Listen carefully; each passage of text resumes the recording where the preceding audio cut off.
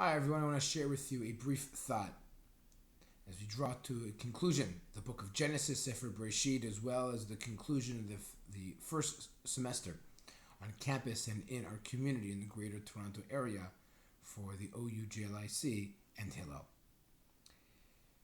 Our Torah portion is Vaychi Yaakov, that this is the life of Yaakov. However, very soon we are in fact told of Yaakov's imminent death. The sage asks, I don't understand. What do you mean this is the life of Jacob? This is in fact the death of Jacob. He passes away. The Talmud tells us that no, you don't understand.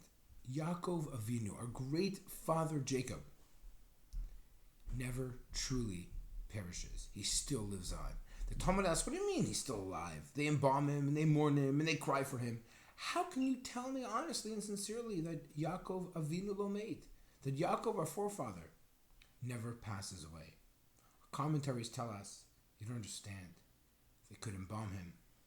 They can bury him. They can mourn for him. But as long as the Jewish people are alive, as long as there exists Am Yisrael, Yaakov Avinu doesn't pass away.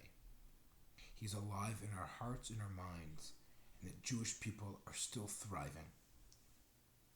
Despite all the challenges that Jacob faced, despite having lived many years away from his own family in Mesopotamia, despite trying to be killed by his own brother, despite having his son torn away from him, and despite all the mourning and the grief and the pain, Yaakov Avinu, Jacob, and the Jewish people still live on. And I think that perhaps is the message. The message of the conclusion of the book of Genesis, as we take the next step, as we just finished the wonderful holiday, inspirational holiday of Hanukkah. There's a little bit of light, there's a little bit of hope, and those Jewish people will continue for a very long time. What begins as just 70 people, begins with just a family, a large family, going down to Egypt. It appears they're finished. They're leaving the land of Israel. They're going down to the diaspora, to exile. We know what's going to happen.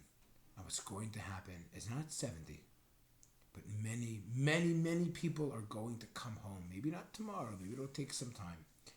But as a family, they eventually turn into a nation.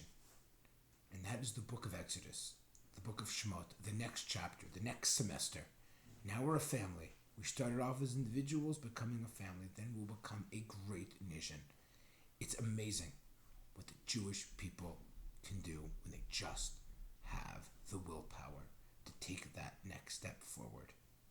But that, of course, we're going to have to wait for the next semester, and we're going to have to wait for the next book, the book of Shemot, the book of the Exodus, the next semester, the winter, on campus, and in our community with the Jewish Learning Initiative. Thank you so much for all your participation, for all your support, and we look forward to going from strength till strength, from one book to the next. Thank you so much. Have a wonderful day.